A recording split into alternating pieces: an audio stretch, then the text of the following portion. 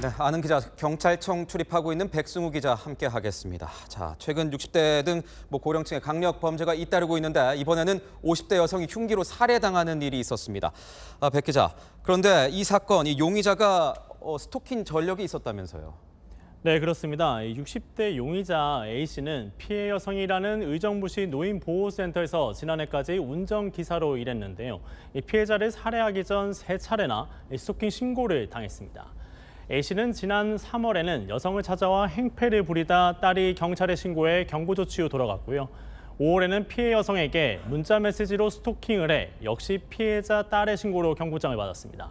지난 20일에는 피해 여성 집 앞에 찾아왔다가 여성이 직접 신고해 현행범으로 체포됐습니다. 당시엔 혐의를 시인하고 같은 일이 재발되지 않겠다고 약속해서 석방됐는데 불과 엿새 만에 피해 여성 직장에 찾아와 목숨을 앗아갔습니다. 어떤 식으로 피해자를 스토킹했습니까? 네, 말씀드렸다시피 집으로 찾아가기도 했고요. 주먹밥을 만들어달라는 등 피해 여성에게 수차례 문자 메시지도 보냈습니다. 노인 요양센터에 있는 어르신들을 돌보겠다고 핑계를 대면서 피해 여성의 일터에 찾아왔던 이력도 경찰 조사에서 드러났습니다. 최근 체포 이후에 이 접근 금지 명령까지 받았던 건데 결과적으로는 범행을 못 막은 거 아니겠습니까? 네, 맞습니다. 지난 20일이죠. 스토킹 현행범으로 체포된 이후에 경찰이 피의자에게 피해자 100m 이내 접근을 금지하고 전화나 문자 등으로 연락을 하지 못하게 하는 명령을 내리기는 했습니다. 이 피해자에겐 위급 상황에서 바로 경찰에 신고할 수 있는 스마트워치도 지급됐고요. 그런데 확인 결과 피해자가 사망 당시에는 스마트워치를 차고 있지 않았고요. 피해자가 가방고리에 스마트워치를 달아놨던 걸로 확인이 됐습니다. 가장 위급한 순간에 경찰에 알릴 새도 없이 남성에게 급습을 당한 것으로 보입니다. 그런데 이런 생각이 좀 들기도 합니다. 접근 금지 명령만 내리지 않고 만약에 남성을 좀 붙잡아뒀더라면 이번 사건을 좀 막을 수 있지 않았을까 이런 생각도 드는데요. 네, 맞습니다. 아무래도 가정이다 보니까 화가 날 수는 없지만 이 스토킹 피의자에게 내릴 수 있는 조치가 총 5개가 있는데 한번 살펴보겠습니다. 가장 낮은 단계가 서면 경고, 그 다음으로 100m 이내 접근 금지, 전기 통신을 통한 접근 제한, 그리고 전자발찌 등 GPS 장치 부착과 가장 강력한 조치죠. 유치장이나 구치소 유치 조치가 있는데요.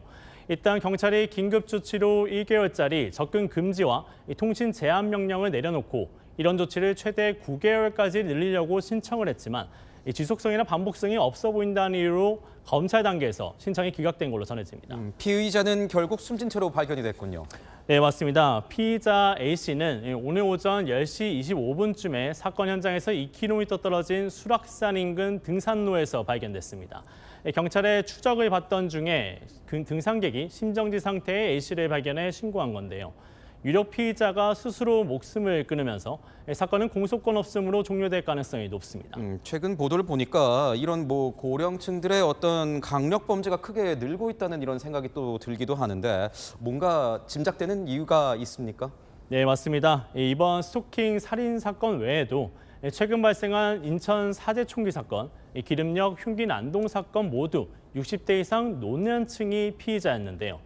경찰청 통계를 보면 강력범죄 중 60대 남성 피의자는 지난 2018년에 2만 6,500여 명에서 5년 만에 3만 800여 명으로 크게 늘었습니다.